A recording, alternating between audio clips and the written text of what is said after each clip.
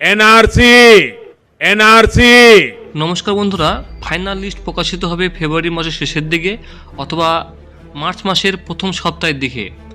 কথা ছিল 14ই ফেব্রুয়ারি 2026-এ SIR final voter list প্রকাশিত করা হবে, কিন্তু বিভিন্ন কারণে শুনানি, মাধ্যমিক পরীক্ষা, যে হিয়ারিংয়ের ডেট পিছিয়ে গেছে বা অনেকেরই হিয়ারিং হচ্ছে না ঠিকমতো করে।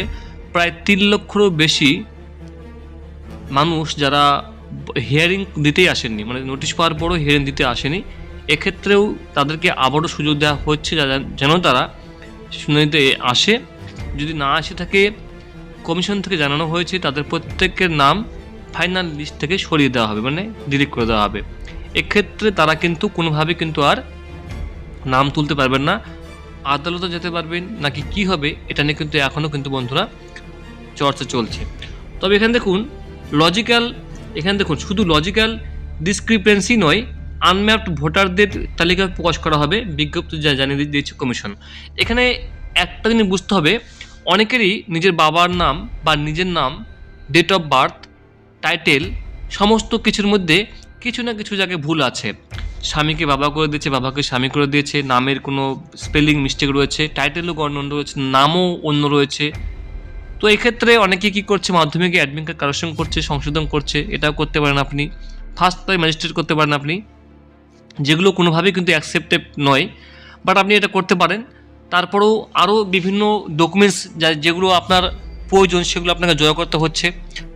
এগুলো আপনাকে একটা এফিডেভিট করতে হবে ফার্স্ট টাইম ম্যাজিস্ট্রেটকে দিয়ে, যেখানে প্রতিটা জেলায় এতটা পরিমাণে ভিড় হয়েছে যে ম্যাজিস্ট্রেট সই করতে পারছে না, মানে এত লোকের ভিড় হয়েছে। যেখানে এতটা চাপ ছিল না সেটা কিন্তু আপনি 2, 3, 4, 5 দিন 10 দিন ধরে ঘুরে আপনি পাচ্ছেন না। এক্ষেত্রে দুই ক্ষেত্রে কিন্তু, মানে যাদের নামের ভুল আছে তারাও, এবং যাদের বংশের কোনো তালিকার লিস্ট নেই, মানে বাবা মায়ের নাম নেই, ঠাকুর বাবার নাম নেই, ঠাকুরমার, প্রত্যেকেরই ক্ষেত্রে কিন্তু যদি আপনার সঠিক ডকুমেন্ট সাবমিট না হয় এবং আপনার যদি মনে হয় কমিশনের অবজারভার মনে করে যে আপনার কোনো অসঙ্গতি রয়েছে, সেক্ষেত্রে কিন্তু আপনার নাম কিন্তু শেষমেশ কিন্তু বাতিল করতে বাধ্য হতে পারে। এর মধ্যে আবার শুরু হয়ে যাচ্ছে জনগণনা, যেটা 1 এপ্রিল থেকে শুরু হচ্ছে, মানে আর 1 মাস পর থেকে এটা শুরু হয়ে যাবে, যেখানে আপনার বাড়িতে এসে 33টি প্রশ্ন করা হবে। সেটাও আপনাদেরকে বন্ধুরা বলবো। এখানে দেখুন, এখানে একটা সংখ্যা দেওয়া রয়েছে বন্ধুরা, এখানে দেখুন বলা হয়েছে, দেখুন যে পশ্চিমবঙ্গে নো ম্যাপিং ভোটারের সংখ্যা 31,68,426, আর 94,49,132 ভোটারের রয়েছে লজিক্যাল ডিসক্রিপেন্সি, মানে একটু ছোটোখাটো ভুল, নামে ভুল, গণ্ডগোল, এই সমস্ত কিছু রয়েছে। দেখুন কত লক্ষ নাম এখানে রয়েছে।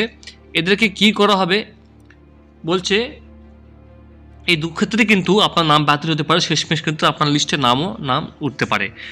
তো অবশ্যই কিন্তু বন্ধুরা আপনারা মনে রাখবেন যে রেশন কার্ড, জমির দলিল বা আপনার ব্যাংকের বই সব দিয়ে কিন্তু আপনার কিন্তু কোনোভাবেই যদি দিয়ে থাকেন, যদি স্ক্যান করে ওরা নিয়ে থাকে, তো আপনি ভাববেন যে এটা দিয়ে কিন্তু কখনোই আপনার নাম ফাইনাল লিস্টে উঠবে না। অন্যান্য ডকুমেন্ট আপনাকে দেখাতে হতে পারে, সেগুলো আপনাকে দেখাতে হবে। এগুলো দেখিয়ে আপনি কোনোভাবে কাজ করতে পারবেন না। এই সমস্ত কিছু প্রসেস হয়ে গেলেই, অর্থাৎ ফেব্রুয়ারি মাসের শেষের দিকে বা মার্চ মাসের প্রথম দিকে এগুলো হয়ে গেলেই আবার এপ্রিল মাস থেকে শুরু হচ্ছে জনগণনা, যেখানে বাড়িতে এসে বাড়ির বিভিন্ন ধরনের প্রশ্ন করা হবে। 33টি প্রশ্ন করা হবে। অনলাইনে হবে কি না এটা এখনও বলা যাচ্ছে না, অনলাইনে কোনো অপশন দেবে, আপনাকে টিকমার্ক ইয়েস নো করতে হবে। এখনও পর্যন্ত সেই পোর্টাল লঞ্চ করেনি বা সেগুলো জানানো হয়নি। তবে বাড়িতে অফিসাররা আসবেন, এজেন্ট আসবেন বাড়িতে, সেটা তারা আপনার শুনবে, একটা ফর্ম থাকবে, সেই ফর্মটা আপনাকে ফিল আপ করে জমা করতে হবে।